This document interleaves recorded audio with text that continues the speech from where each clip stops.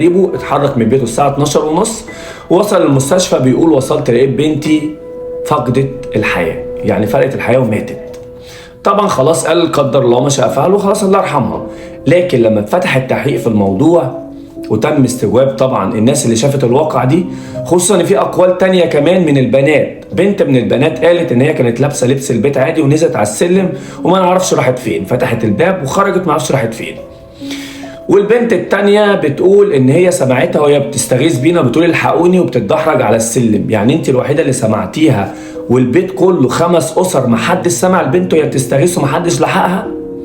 طبعا دي اقوال البنات ودي اقوال الناس اللي شهدت بكده. ده غير كمان ان السلم كان عليه كاميرا والكاميرا دي كانت مقلوبة، بس بعد الواقعة دي بيوم على طول الكاميرا اتعدلت تاني على السلم.